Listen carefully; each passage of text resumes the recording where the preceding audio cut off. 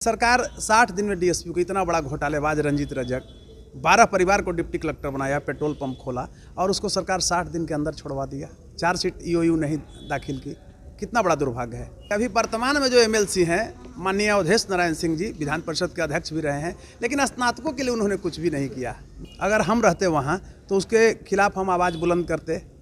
विधान परिषद में जितना हो कोई नहीं एक आवाज़ उठाया, कोई जनप्रतिनिधि उठाया, किसी भी पार्टी का हो। बीपीएससी घोटाला पर कोई भी एगो बोला, स्नातकों में वो पहचान नहीं बनाया, उसके लिए कोई आवाज़ नहीं बुलंद किए। इतना बड़ा घोटाला हुआ बीपीएससी का, उनको उस पर एक्शन लेना चाहिए था, सड़क पर उतरना चाहिए था। हमारे 13 करोड़ आबादी प्रभावित थी, ये लोग लूट लिया बीपीएससी को। अवधेश बाबू को कहते हैं कि अब थोड़ा हो गए, अब हमको अभी आशीर्वाद दीजिए, अच्छा करेंगे।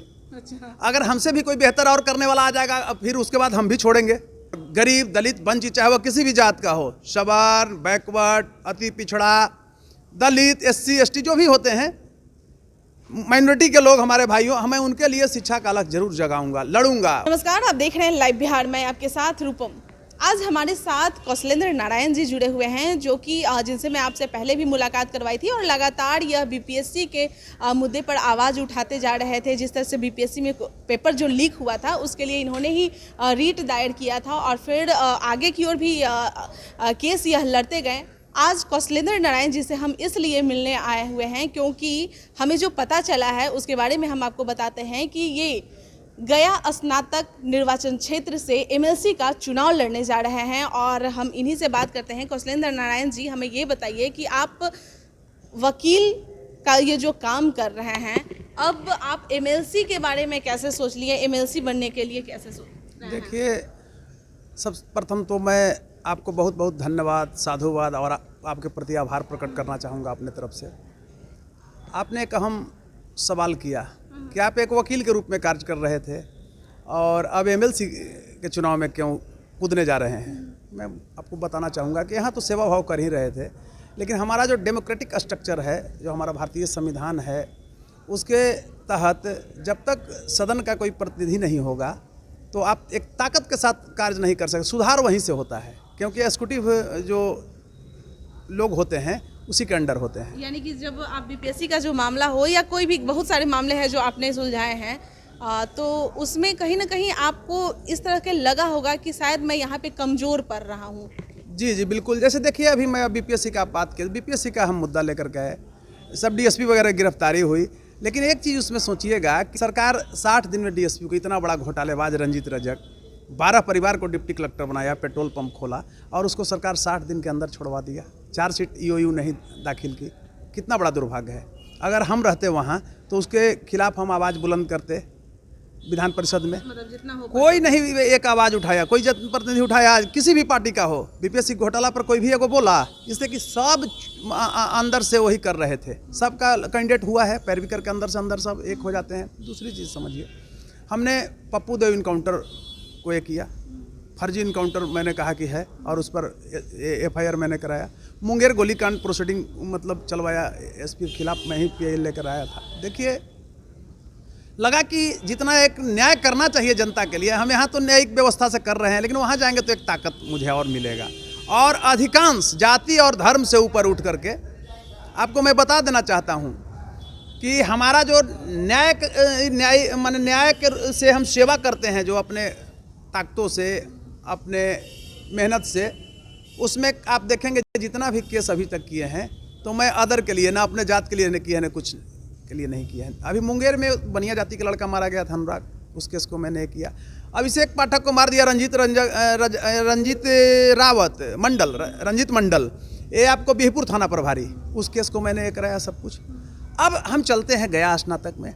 देखिए, गया मेरा गृह जिला भी रहा है, जहानाबाद का मैं रहने वाला हूँ और उसी प्रमंडल मेरा है, लेकिन माँ से एक खूट से हम लोग आए जहानाबाद। मेन तो हम लोग का गया जिला रहा, पुराना जिला।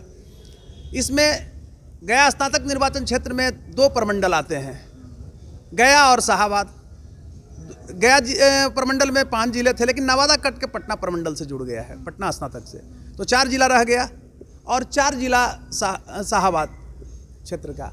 तो मुझे लगा कि एक जो सेवा का रूप होना चाहिए, थोड़ा यहाँ से निकलना चाहिए और मैं सेवा करने के भाव से गरीब, दलित, वंचित, शोषित चाहे वह किसी जाति धर्म का हो। मैं जाति नहीं, मैं हमेशा जातीयता की बात किया हूँ कि उस ओर जाना चाहिए लोगों को। इतनी संकीर्ण विचारधारा के लोग हो गया है आज के डेट में कि आप कितना हो काम कर रहे हैं, कुछ भी कर रहे हैं, लोग जाति से उसको तुलना करने लगते हैं। आप एक चीज़ देखेंगे कि आप बड़ा काम करने चलेंगे तो लोग मतलब उसमें अड़ंगा डालेंगे, सत्य है, लेकिन डिटरमाइंड माइनॉरिटी मेक्स हिस्ट्री। कृत संकल्प कम संख्या वाले लोग ही इतिहास का निर्माण किए हैं। कौशलेंद्र जी, मुझे ये आपसे जानना था कि जैसे स्नातक मतलब ही हुआ कि ग्रेजुएट, और सब जो नेता वगैरह जो मंत्री वगैरह बनते हैं उसमें ये नहीं रहता है कि हाँ ग्रेजुएट ही होना चाहिए, इसे आगे पढ़े लिखे ही होना चाहिए, इसमें ग्रेजुएट हुआ तो। और पहले भी जो एमएलसी इसके बने हुए होंगे तो क्या मतलब अपने पढ़ाई के दौरान क्या वो जातिवाद करते थे या? देखिए, मैं उस और नहीं जाना चाहता हूँ, लेकिन दुर्भाग्य एक चीज़ मैं ज़रूर कहूँगा कि अभी वर्तमान में जो एमएलसी हैं माननीय अवधेश नारायण सिंह जी विधान परिषद के अध्यक्ष भी रहे हैं, लेकिन स्नातकों के लिए उन्होंने कुछ भी नहीं किया। मैं व्यक्तिगत उनको बहुत इज्जत करता हूँ, अच्छे आदमी, इसमें कहीं कोई लेकिन थोड़ा सा दुर्भाग्य के साथ मुझे कहना पड़ रहा है कि स्नातक प्रतिनिधि के रूप में उनका कोई बिहार के लोग नाम भी नहीं जानते हैं, और रियल में स्नातकों के लिए वो कुछ किए भी नहीं हैं। यानी कि लोग जानते भी नहीं है कि वो ग्रेजुएट है? नहीं, कोई नहीं जानता है कि वो ग्रेजुएट कंस्टिट्यूएंसी से हैं। कम लगते हैं पढ़े लिखे के। मैं ये कैसे कह सकता हूँ? स्नातकों में वो पहचान नहीं बनाए, उसके लिए कोई आवाज़ नहीं बुलंद किए। इतना बड़ा घोटाला हुआ बीपीएससी का, उनको उस पर एक्शन लेना चाहिए था, सड़क पर उतरना चाहिए था। हमारे मतलब 13 करोड़ आबादी प्रभावित थी, ये लोग लूट लिया बीपीएससी को, तो उनको आना चाहिए था। दूसरी चीज़ मैं बता रहा हूँ कि ये चुनाव बाहुबलिये के लिए नहीं होता है। बाहुबली लोग मतलब इससे वंचित है, आप देखेंगे, इसलिए कि जनता नेगलेक्ट कर देती है। स्नातक जो होते हैं वही हमारे वोटर होते हैं, पढ़े लिखे लोग होते हैं। तो पढ़ा लिखा लोग यही चाहता है, अगर रियल में शिक्षा ग्रहण किया है तो वो चाहता है कि हमारा प्रतिनिधि जो हो, स्नातक प्रतिनिधि जो हो, वो पढ़ा लिखा हो, ना माफिया हो, ना चोर हो, ना अपराधी हो।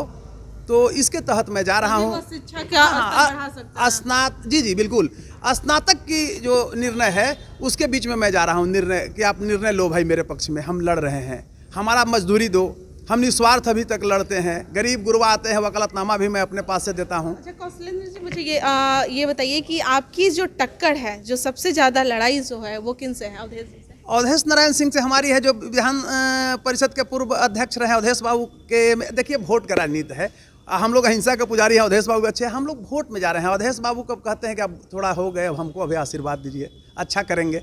अच्छा, अगर हमसे भी कोई बेहतर और करने वाला आ जाएगा फिर उसके बाद हम भी छोड़ेंगे।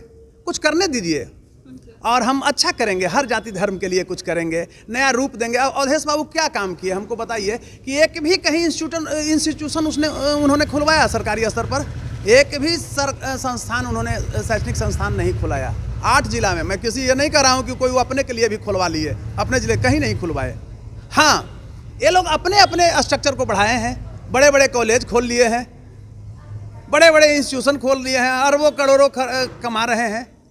तो अवधेश बाबू का यही योगदान है कि अपना इंस्टीट्यूशन को बढ़ाए हैं। और जो एक चीज़ मैं लास्ट में बोलता हूँ, जो शिक्षा का दीप जलाने चलता है वो कम्युनिटी की बात करता है। ये लोग खुद फर्जी है, मैं उन पर नहीं कर रहा हूँ, जनरल लोग और चला रहा है इंस्टीट्यूट, तो फर्जी है। ये बताया ना अभी, मतलब और मीडिया वाले हमसे पूछते हैं तो उनको भी मैं बताया कि ये लोग एफिलिएशन भी गलत लिए हुए हैं। तो इसको मैं रोकवाने का प्रयास करूंगा। और गरीब, दलित, वंचित, चाहे वह किसी भी जात का हो, सवार, बैकवर्ड, अति पिछड़ा, दलित, SC ST जो भी होते हैं, माइनॉरिटी के लोग हमारे भाइयों, हमें उनके लिए शिक्षा का अलग जरूर जगाऊंगा, लड़ूंगा। वहाँ से अगर हमारी ताकत को मजबूत करते हैं तो एक स्नातक प्रतिनिधि के रूप में मैं विधान परिषद में आकर के उनकी आवाज़ों को रखूंगा और उनके बच्चे के भविष्य के लिए मैं मतलब हमेशा तत्पर रहूंगा। बहुत बहुत धन्यवाद आपका। कौशलेंद्र नारायण जी हमारे साथ जुड़े हुए थे, और जैसा कि यह कह रहे हैं कि यह स्नातक स्तर पे MLC बनना है, तो यानी कि इसमें पढ़े लिखे लोग होते हैं। और अब जिस तरह से शिक्षा का स्तर गिरते जा रहा है, उसमें चाहिए कि ऐसे ऐसे व्यक्तित्व का ये सामने आए कि जिसमें शिक्षा का स्तर ऊंचा उठ सके। और जैसा कि यह काम कर रहे थे, यह वकील हैं, उसके अंदर ही आकर BPSC के मामले में जिस तरह से इन्होंने काम किया, कहीं ना कहीं इन्हें यह लग रहा था कि अभी जो मैं काम कर रहा हूँ एक न्यायपालिका के तहत मैं काम कर रहा हूँ, लेकिन कहीं ना कहीं मैं कमज़ोर पड़ जा रहा हूँ, और वो जो कमज़ोरी है उसी की वजह से इनका कहना है कि अगर मैं एमएलसी या कुछ होता तो शायद विधानसभा में इसकी आवाज़ भी उठाता, क्योंकि जब बीपीएससी का क्वेश्चन लीक हुआ था उस समय किसी ने भी विधानसभा में आवाज़ नहीं उठाया था। चलिए अब देखना यह होगा कि कौशलेंद्र नारायण जी की अब अवधेश नारायण जी से जो टक्कर है, क्या वाकई में इसके बाद इन्हें वो हरा पाते हैं, क्या यह काम कर पाएंगे। चलिए फिलहाल के लिए बने रहें लाइव बिहार के साथ। धन्यवाद। लाइव बिहार यूट्यूब पर सब्सक्राइब और फेसबुक पर लाइक जरूर करें।